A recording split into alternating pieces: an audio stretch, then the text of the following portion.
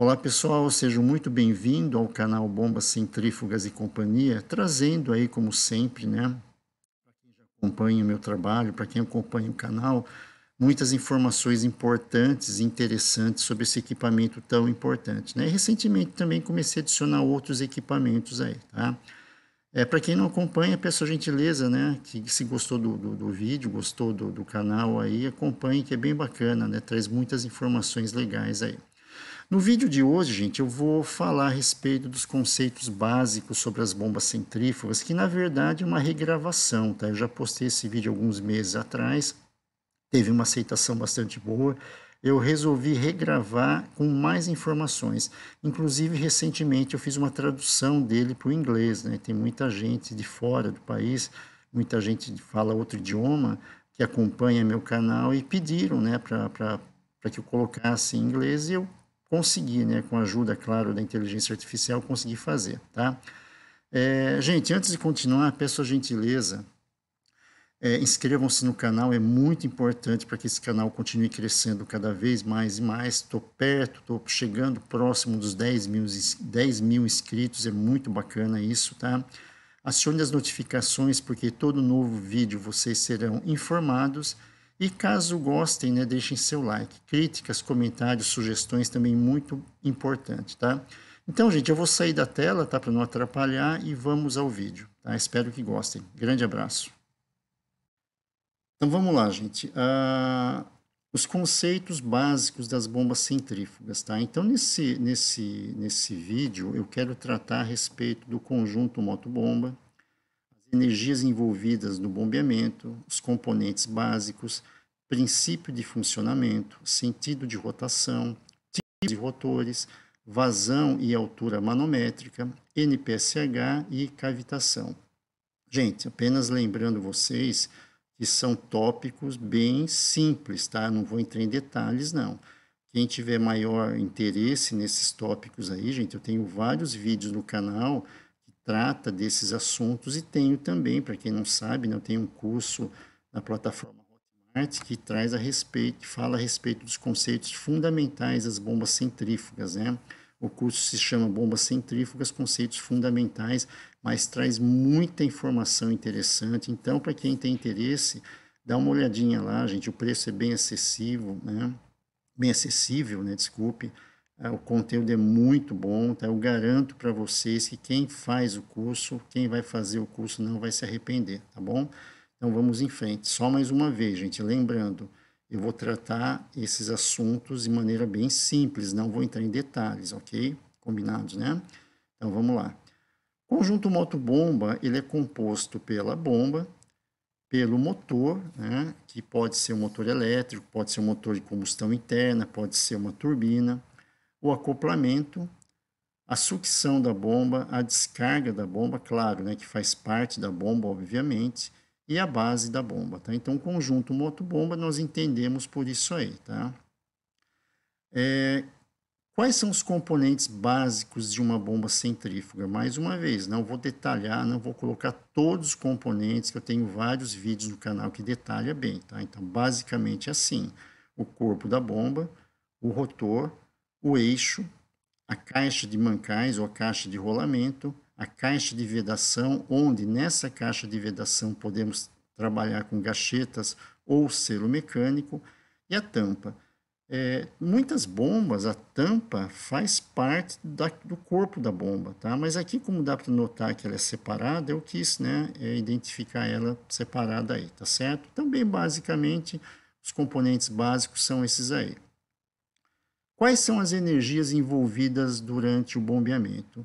Então, nós temos ali o motor elétrico, né? Nesse caso, podia ser um motor combustão interna, podia ser uma turbina. Então, nesse caso, o motor elétrico transforma a energia elétrica em energia mecânica. Por sua vez, a bomba vai transformar essa energia mecânica em energia hidráulica. Nós vamos ver direitinho, gente, como isso aí funciona, tá? Como acontece essa transformação, ok? E aí eu tenho a sucção, tenho a descarga, né? Uma bomba com funcionamento normal. Princípio de funcionamento. Então, aqui a coisa começa a ficar bem bacana, gente. O corpo da bomba, a maioria dos corpos são corpos espirais. Então, o que é um corpo espiral, gente? É um corpo em que a área do corpo aumenta gradualmente em direção à descarga. Então, o fluido está vindo, né, conforme a seta aí. Então, a gente vai notar que gradualmente, internamente, né, deixa eu voltar aqui a animação, a área vai aumentando. E por que o corpo espiral é espiral? Tá? Tem um motivo muito fundamental para ser dessa maneira aí. Então, vamos entender. Imagine que eu pegue aquele corpo, gente, e estique esse corpo aí. Coloquei uma animaçãozinha de duas pessoas, né, um empurrando para um lado, empurrando para o outro. Se eu conseguisse esticar esse corpo espiral, eu transformaria isso num tubo cônico, uma tubulação cônica, tá certo?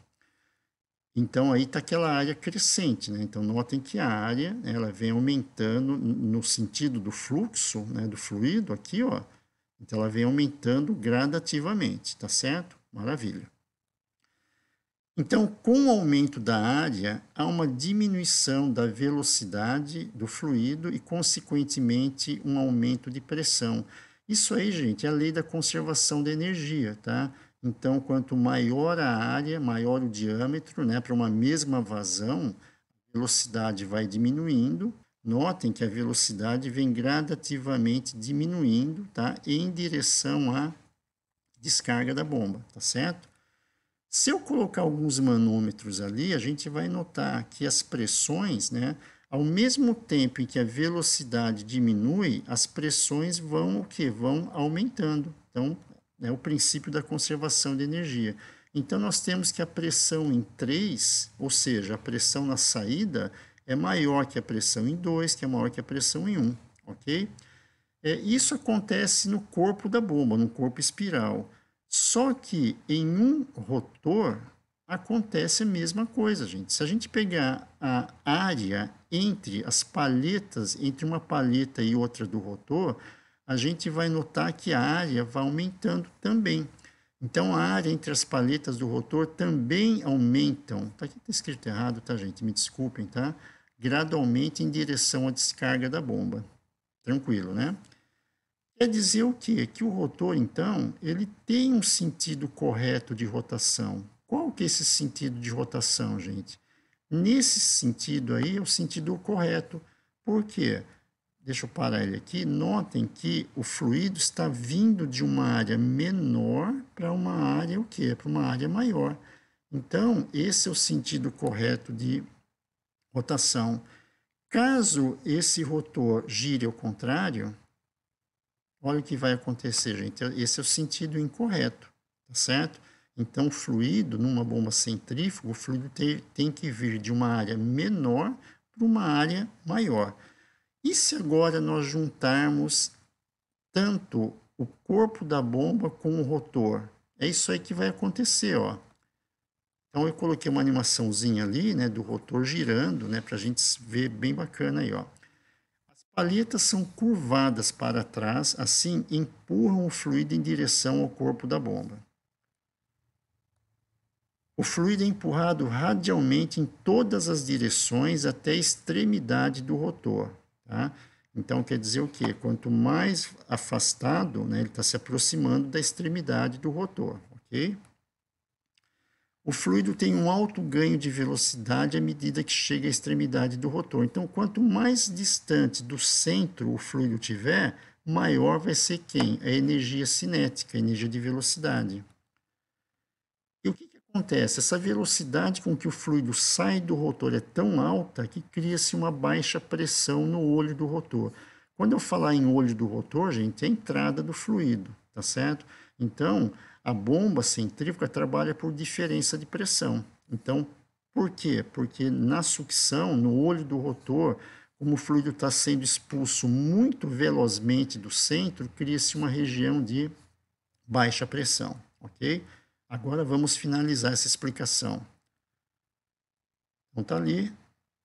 Então, notem agora, gente, essas bolinhas amarelas, né? Estou indicando que é o fluido que está saindo do rotor, né? Em alta velocidade. Então, vamos lá.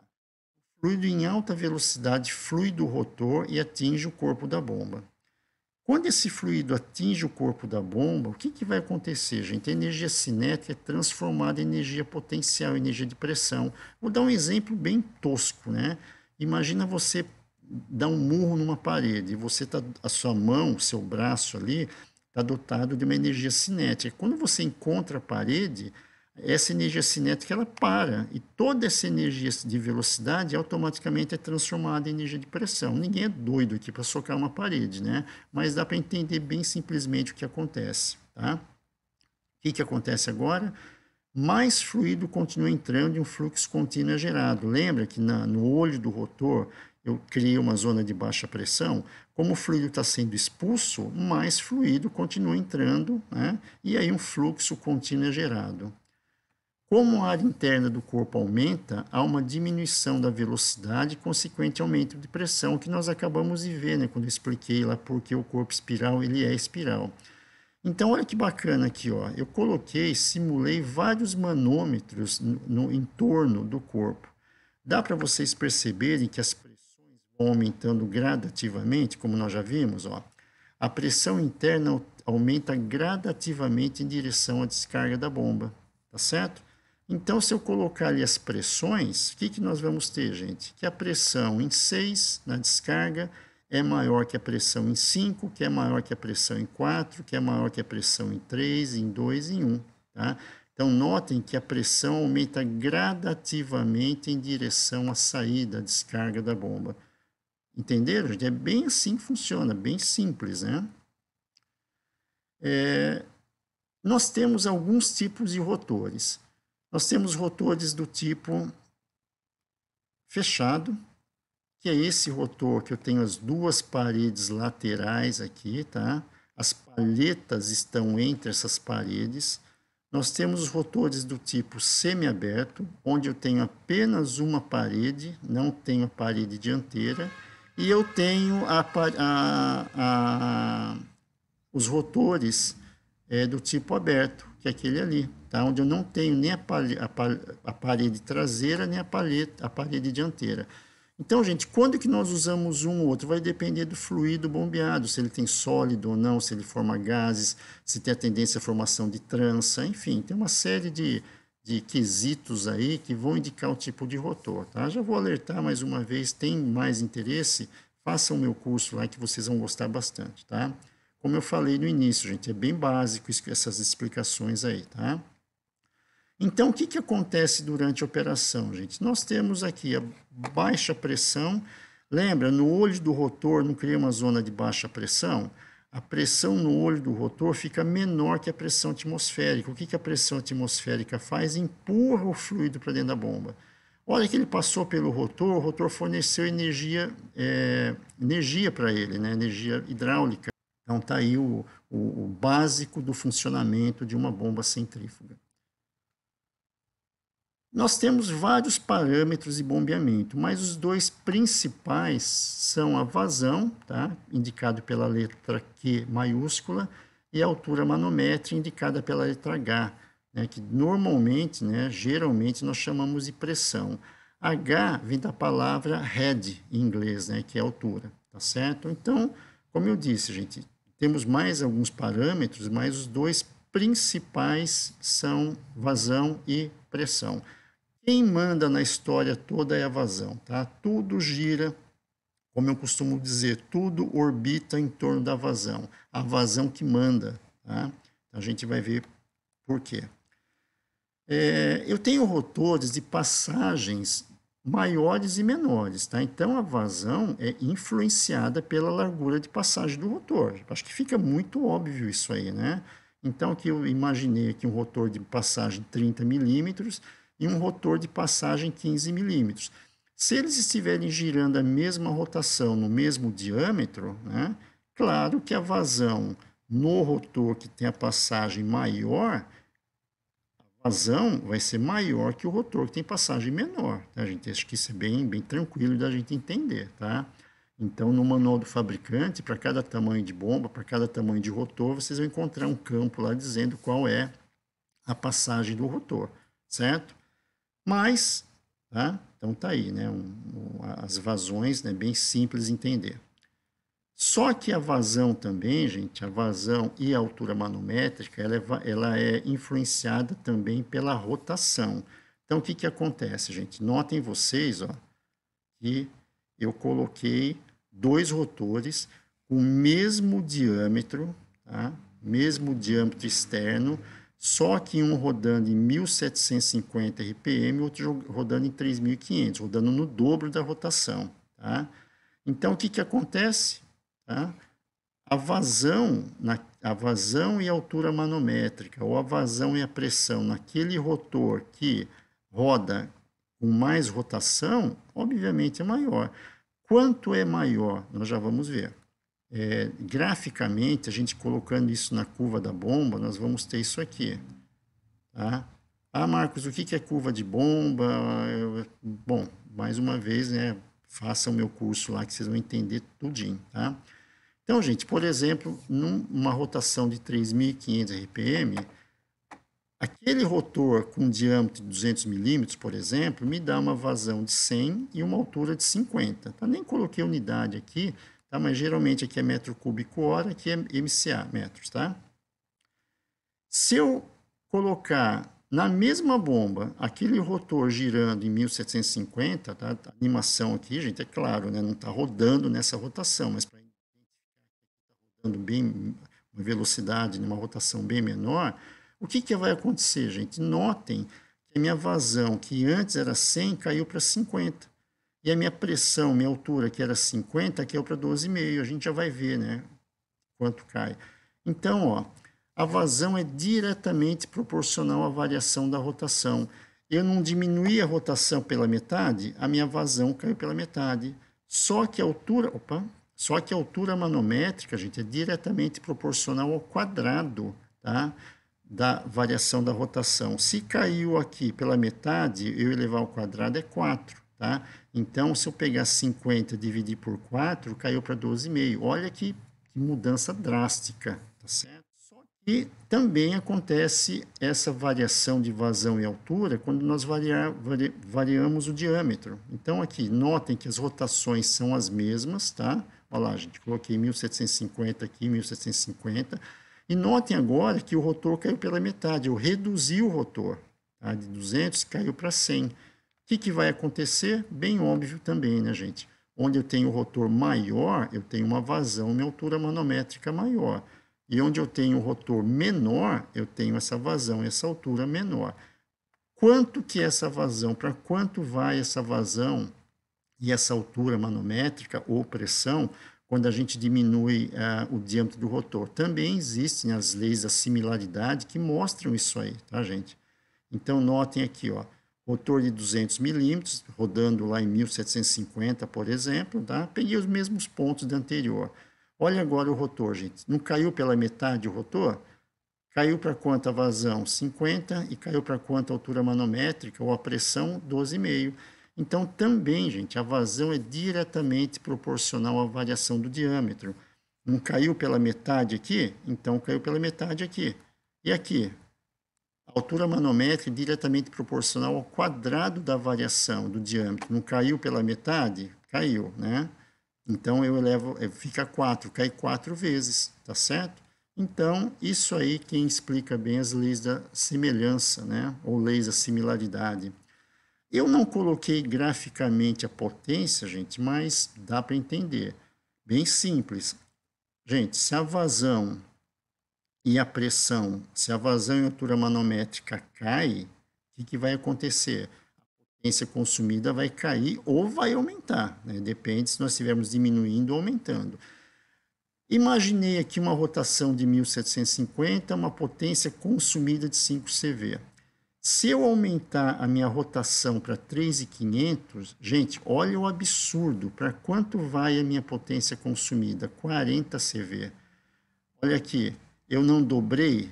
Dobrei, né? De 1750 vai para 3.500. Então, a variação da potência é o cubo da variação da rotação. Se eu dobrei 2 elevado ao cubo, 8. Então, aumenta 8 vezes a potência consumida. Olha aqui, tem que tomar muito cuidado, gente, tá? Com isso aí. E o rotor, mesma coisa, gente, tá? não dobrei o rotor, não era 100, potência de 5, dobrei para 200, 40 CV. Então, bastante cuidado aí quando a gente... quando nós temos um rotor maior que a gente diminui, não tem tanto problema, né? Porque se o rotor está atendendo naquela rotação maior ou no diâmetro maior, se a gente reduzir a rotação ou o diâmetro, vai atender. O problema agora é quando a gente tira um rotor menor, coloca um rotor maior e não verifica a potência. Então, bastante cuidado, tá? Então, vamos em frente. NPSH também é um termo bem controverso, né? Mas eu vou explicar bem rapidamente, tá, gente? Eu tenho vídeos no canal muito detalhados, eu tenho meu curso lá que detalha bastante. NPSH, Net Positive Suction Head. Não adianta tentar traduzir, que não é simples tradução, a gente vai entender o que é NPSH. Nós temos que entender realmente o que é o NPSH. Gente, costumo dizer, entendam o NPSH por pressão. Se entender NPSH sendo pressão, fica muito fácil entender. O NPSH, ele se divide em dois. Nós temos o NPSH que depende da instalação. Vocês estão vendo ali a animação? Ó, eu vou tirar a minha bomba. Sobrou o tanque, tá? A minha instalação de sucção. Esse tanque, essa instalação, vai me gerar uma pressão disponível na entrada da bomba, que é o meu NPSH disponível. E olha aqui agora, gente. Vou tirar quem? A instalação, sobrou a bomba. A bomba necessita de uma pressão mínima na entrada dela, que é o NPSH requerido. Quem informa isso aí, gente? Se é um dado da bomba, é o fabricante da bomba que vai fornecer para a gente isso aí, tá? Não se preocupem em calcular NPSH requerido. Tem como estimar, mas não é legal. O ideal é consultar os manuais do fabricante ali, tá? Então, quer dizer o quê? Que o fabricante ele fornece, tá, a curva do NPSH requerido. Quanto de pressão a bomba precisa para não haver cavitação. Tá? Gente, tem toda uma explicação porque essa curva é assim, tá? Não vou entrar em detalhes, não. O importante é entender que o fabricante fornece a curva do NPSH requerido. Por sua vez, nós temos como calcular o NPSH disponível. Lembra, o NPSH disponível é um dado da instalação. A instalação de quem que é? A instalação de vocês. Tá? Então, vocês têm como calcular. Então, o NPSH disponível, gente, vai depender do reservatório, se ele é aberto ou fechado, né? Se ele está aberto a atmosfera ou se está fechado e pressurizado positivamente ou negativamente. O desnível de sucção, tá? Se eu tiver um tanque lá a 3 metros abaixo da bomba, ou se eu tiver um tanque a 5 metros abaixo, vai depender desse desnível, né? Tanto negativo quanto positivo. Se eu tiver aqui uma sucção positiva de 1 metro, eu vou ter um NPSH. Se eu tiver ele a 10 metros, eu vou ter um outro NPSH disponível. Perdas de carga, né? Minhas tubulações geram perdas de carga, minhas curvas, minhas válvulas, meus acessórios, a temperatura do fluido, a altitude da instalação, porque, gente, o NPSH depende da pressão atmosférica. Quanto maior a altitude, né, menor a pressão atmosférica. Então, depende também, né, da altitude, a pressão de vapor do fluido, que está intimamente relacionada com a temperatura, né? Então, o que é pressão de vapor, gente? É a pressão na qual o fluido vaporiza. Cada fluido tem a sua pressão de vapor, são dados tabelados aí, tá certo? Então, basicamente, é isso aí, gente. Tá? Então, o NPSH disponível é importante que vocês entendam que depende da instalação de vocês. E agora, o que eu vou fazer? Eu tenho o meu NPSH disponível, né, que eu consigo representar através de uma curva também, tá? Então, esse é um dado que a gente consegue fazer o levantamento dele. E eu tenho o meu NPSH requerido, que nós já vimos. Qual que é a condição para que não ocorra cavitação? Então, o NPSH disponível, que é uma característica da instalação, comparado com o NPSH requerido, que é uma característica da bomba, o NPSH disponível tem que ser o quê, gente? Tem que ser maior. Enquanto a pressão que você tiver, que a instalação estiver dando para a bomba for maior que a pressão que ela precisa, não vai haver cavitação. A partir do momento em que o disponível não atende à necessidade da bomba, vai haver o problema da cavitação, tá? Então, é isso aí. condição para que não ocorra cavitação. Agora eu estou comparando, gente, graficamente os dois aí. Então, notem que a partir do momento em que o NPSH disponível, ou seja, a pressão que a instalação fornece para a bomba, é maior do que a pressão que ela precisa para não cavitar, eu não tenho cavitação. A partir do momento em que o meu NPSH requerido, que a bomba precisa, passa a ser maior do que a instalação fornece, eu vou ter problema de cavitação, tá? Então, comparando os dois, gente, o que acontece? Tem que ser maior ou, no mínimo, igual. Quando que é igual? Quando a gente seleciona a bomba, esse valor aqui, gente, nós lemos na curva do fabricante. Então, o fabricante recomenda colocar mais meio metro ou 1 metro de reserva, tá? Esse metro aqui é MCA, tá? Metros de coluna de água, tá? Então, se eu li um valor, eu vou pedir um pouquinho a mais justamente para atender a necessidade. Por isso que eu coloquei igual aqui. Gente, mas de preferência sempre maior, tá? Se for igual, tá muito aqui no limite, ó, qualquer probleminha pode ter cavitação, tá certo? Então é isso aí. O que é dita cavitação? A cavitação, uma definição bem simples, tá? É uma intensa formação de bolhas de vapor na zona de baixa pressão da bomba, ou seja, na sucção, e subsequente colapso dessas bolhas na região de alta pressão da bomba, que é a descarga, causando ruído, vibrações, alteração no desempenho da bomba e corrosão do rotor, que é o pitting. Então, aqui, gente, eu estou bem esquematicamente, né, mostrando aqui que na região da sucção eu tenho uma baixa pressão. Se essa pressão baixar muito e atingir a pressão de vapor do fluido, vai começar a acontecer a formação de bolhas de vapor. Gente, eu estou desenhando as bolhas aqui, tá? Para ficar fácil de entender, mas as bolhas acontecem bem próximo aqui do rotor. Já na região de alta pressão, eu vou ter aqui a implosão, né? Essa seta aqui, na verdade, devia estar aqui, tá, gente? Ó, desculpem, tá? Tá? A região de alta pressão já é nessa região aqui, ó. Então, aí eu tenho aqui, ó, o rotor cavitado, tá vendo? Todo danificado aí, certo? Então, graficamente também a gente consegue representar dessa maneira aqui, ó. Então, o olho do rotor é a entrada, tá? Sucção, tá? Aqui representa a pressão na sucção, tá? O olho e a descarga. Então, e aqui a pressão de vapor. Notem que a pressão na descarga, conforme o fluido vai chegando, aqui a pressão vem caindo, caindo, caindo, caindo e passa pelo rotor. Se essa pressão, tá? Se essa curva aqui não atingir a pressão de vapor, o que vai acontecer? Não vai haver formação de bolha de vapor, não vou ter cavitação. Maravilha? Bem simples, né? E agora, nesse caso aqui, gente, ó. Vamos lá. Pressão, o mesmo esquema do anterior, só que notem agora, ó. O que aconteceu? A pressão na sucção vem caindo, caindo, caindo, atingiu a pressão de vapor. Não podia acontecer, mas aconteceu. Então, vai acontecer o quê? A formação de bolhas. Se acontecer a formação de bolha de vapor, consequentemente, vai acontecer aqui a cavitação, certo? Então, graficamente, bem simples a gente entender, seria dessa maneira aí, tá certo? Gente, espero que tenham gostado do vídeo, tá? Obrigado por assistir, até um próximo, tá? Já peço mais uma vez a gentileza, inscrevam-se no canal, é muito importante para o canal. Acione as notificações. Opa, aqui tá. Não sei porque eu escrevi como aqui, gente, tá? Ah, porque estava traduzido para like, né? Mas aqui, gente, não é como não, tá? Deixem seu like. Desculpem a falha aí, tá? Então, gente, peço a gentileza, tá? Inscrevam-se, notificações, dúvidas, críticas, comentários, sugestões para novos vídeos, né?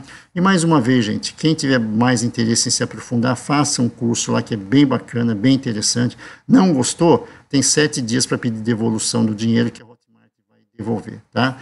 Gente, valeu, obrigado e até um próximo vídeo.